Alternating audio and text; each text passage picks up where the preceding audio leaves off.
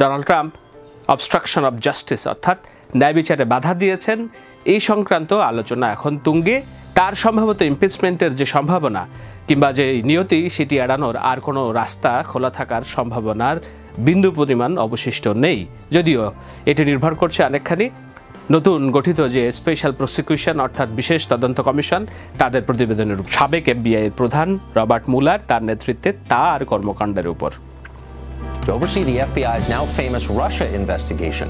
The entire thing will be led by former FBI Director Robert Mueller. Robert Mueller FBI প্রধান হিসেবে দায়িত্ব পালন করেছেন জেমস কমির একদম আগে। ডেমোক্র্যাট দল এবং রিপাবলিকান দল উভয়ের কাছে তিনি খুব আস্থাভাজন ব্যক্তি হিসেবে পরিচিত।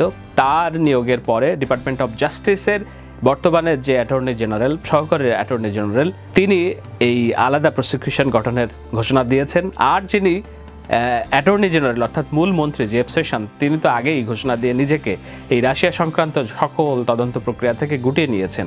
সুতরাং পুরোটাই নির্ভর করছে এখন ডেপুটি অ্যাটর্নি জেনারেল এবং এফবিআই এর সাবেক প্রধান রবার্ট মুলার, যাকে কিনা স্পেশাল প্রসিকিউশন গঠনের দায়িত্ব দেওয়া হয়েছে, তার সিদ্ধান্তের উপরে। Reasons to bring any indictments or to issue a scathing report. I think Mueller's independence will create great credibility for whatever action he takes.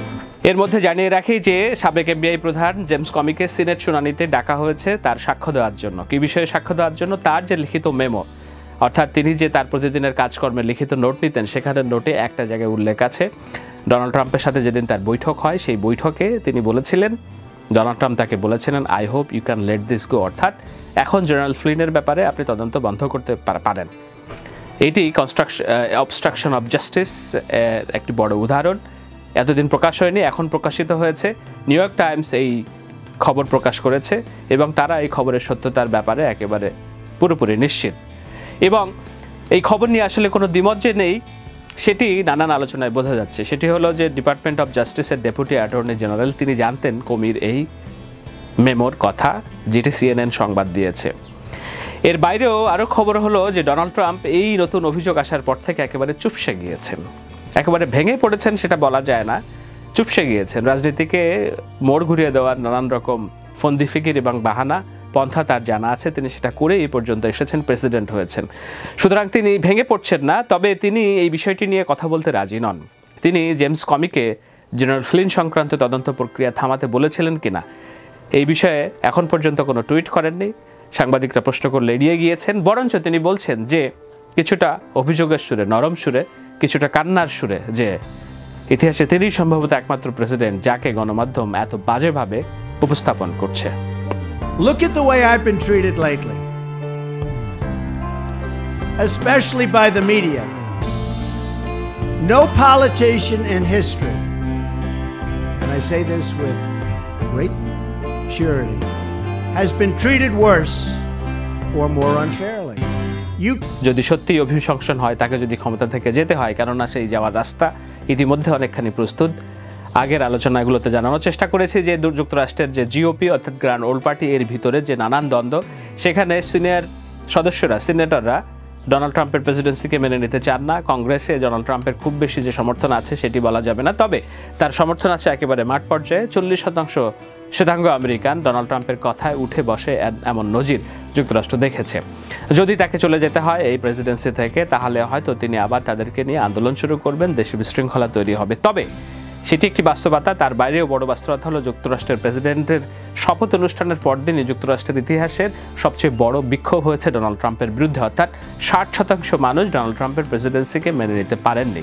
প্রতিদিন তাদের যে তার যে কর্মকাণ্ড, মিথ্যা কথা বলা এবং নানান অসঙ্গতি, অভিবাসন বিরোধী রাজনীতি, মুসলিম বিরোধী রাজনীতি, সব কারণে ডোনাল্ড ট্রাম্প তার এই বৈরিতা তৈরি করেছেন দেশের 60% জনগণের মধ্যে।